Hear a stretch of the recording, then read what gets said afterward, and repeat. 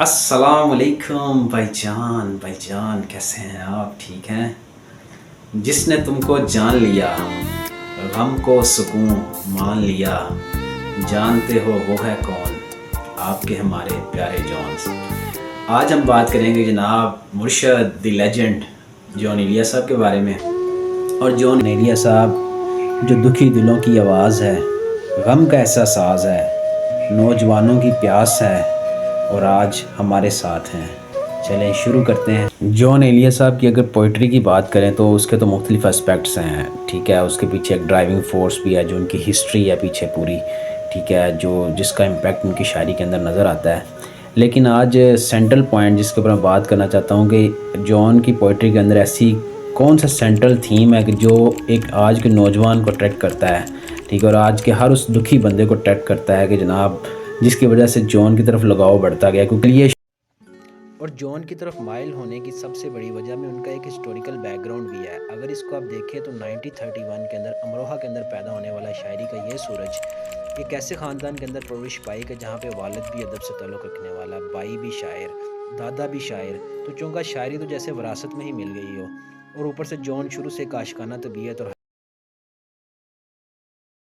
حساس طبیعت کے مالک تھے۔ چھوٹی چھوٹی چیزوں کو اپنے سر پہ سوار کرتے، گھریلو ماں باپ کی ناچاکیوں کو بھی ایک درد کی شکل میں کہتے تھے کہ مجھے بچپن سے ہی خوف تھا کہ میرے والدین کا شاید تعلق کسی بھی ٹائم ٹوٹ سکتا ہے، کسی بھی ٹائم میرے ماں باپ علیحدہ ہو سکتے ہیں۔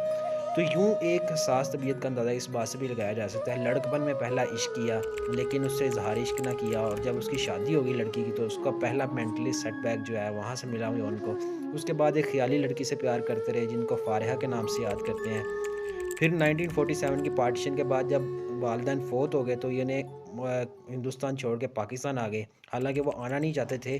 اور ان کا ایک بہت فیمس لائن ہے کہ وہ کہتے ہیں کہ میں اپنے والدین کی قبریں بے چراغ کر کے پاکستان آ رہا ہوں، اور امروہہ سے پاکستان آئے، یہاں پہ اپنے بھائی کے گھر میں شفٹ ہو گئے جہاں پہ اور اس کے ساتھ رہنا شروع کیا، اور ادھر ایک اخبار کے اندر رائٹنگ کرنا سٹارٹ کی۔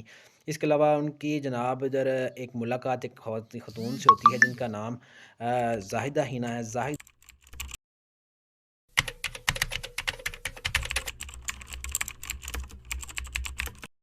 اور زاہدہ ہینا کے ادب سے لگاؤ سے متاثر ہو کے 1970 میں ان سے شادی کر لی۔ حالانکہ زاہدہ ہینا آپ سے 15 سال چھوٹی تھیں، لیکن انفارچونیٹلی یہ شادی بھی زیادہ دیر چل نہ سکی اور 80 کی دہائی میں دونوں علیحدہ ہو گئے۔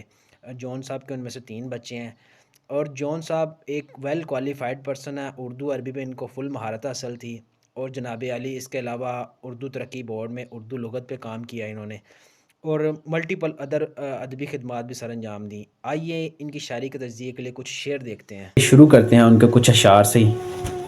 آج میں بڑا حساس ہوں، چونکہ میرا خیال یہ ہے کہ یہ میرا آخری مشاعرہ ہے اور اس کے بعد میرا کھیل ختم ہونے والا ہے۔ چارہ سازوں کی چارہ سازی سے درد بدنام تو نہیں ہوگا، چارہ سازوں کی چارہ سازی سے درد بدنام تو نہیں ہوگا۔ ہاں دوا دو مگر یہ بتلا دو مجھے آرام تو نہیں ہوگا۔ اگر آپ جون کی شاعری کو سمجھنے کی بات کریں تو آپ کو یہاں پہ بہت سی قسم کے اوپینینز ملیں گے، ٹھیک ہے، کچھ کنٹراڈکشنل بھی ہوں گے ایک دوسرے کے ساتھ، تو آپ کے لیے بھی سمجھنا مشکل ہو جائے گا۔ مثال کے طور کے اوپر اگر کچھ لوگ کہتے ہیں جناب وہ بہت ہی پریکٹیکل شاعر تھا، وہ بات کو سیدھا لفظوں میں آسان لفظوں کے اندر کر دیتا تھا، ٹھیک ہے، جیسے کہ ان کا شعر ہے کہ نیا ایک رشتہ پیدا کیوں کریں ہم، اچھا نیا ایک رشتہ پیدا کیوں کریں ہم، بچھڑنا ہے تو جھگڑا کیوں کریں ہم، نیا ایک رشتہ پیدا کیوں کریں ہم، بچھڑنا ہے تو جھگڑا کیوں کریں ہم، خاموشی سے ادا ہو رسم دوری، خاموشی سے ادا ہو رسم دوری، کوئی ہنگامہ برپا کیوں کریں ہم، کوئی ہنگامہ برپا کیوں کریں ہم، یہ کافی ہے کہ ہم دشمن نہیں ہیں، یہ کافی ہے کہ ہم دشمن نہیں ہیں، وفاداری کا دعویٰ کیوں کریں ہم، یہ کافی ہے کہ ہم دشمن نہیں ہیں، وفاداری کا دعویٰ کیوں کریں ہم، وفا، اخلاص، قربانی، محبت، وفا،